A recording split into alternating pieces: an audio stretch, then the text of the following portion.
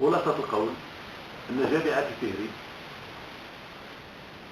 نجحت في حاجة واحدة، في الإخفاق، تحقيق الإخفاق هذا. لا تسيير إداري ولا تسيير مالي ولا تسيير تكنيك في المستوى. نتائج على مستوى الفرق الوطنية كانت أكثر من مخيبة للأمال. فكنطلب من علي الفهري كرئيس سابق يعترف بالفشل ديالو وينسحب هو المجموعة ديالو من التسيير وما يقدمش الترشيح ديالو لأنه غتكون إساءة به لكرة القدم الوطنية.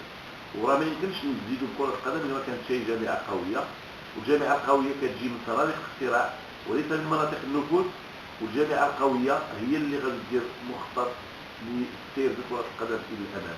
فيما يخص محمد القرتيلي سأترشح إن شاء الله للجامعة في رئاسة الجامعة وفق برنامج محدد وبرنامج طموح واللي جاء نتيجة واحد المجموعة ديال التراكمات ديال سنين طويلة في مجال السير ديال كرة القدم.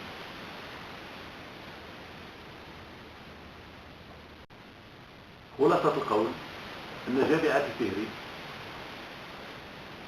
نجحت في حاجة واحدة، في الإخفاق، تحقيق الإخفاق هذا.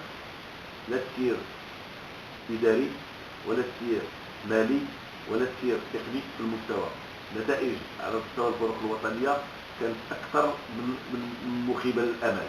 فكنطلب من علي الفهري كرئيس سابق يعترف بالفشل ديالو وينسحب هو المجموعة ديالو من التسيير وما يقدمش الترشيح ديالو لأنه غتكون إساءة به لكرة القدم الوطنية.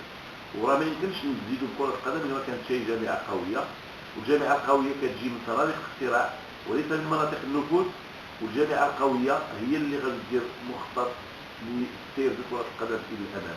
فيما يخص محمد القرتيلي سأترشح إن شاء الله للجامعة في رئاسة الجامعة وفق برنامج محدد وبرنامج طموح واللي جاء نتيجة واحد المجموعة ديال التراكمات ديال سنين طويلة في مجال السير ديال كرة القدم.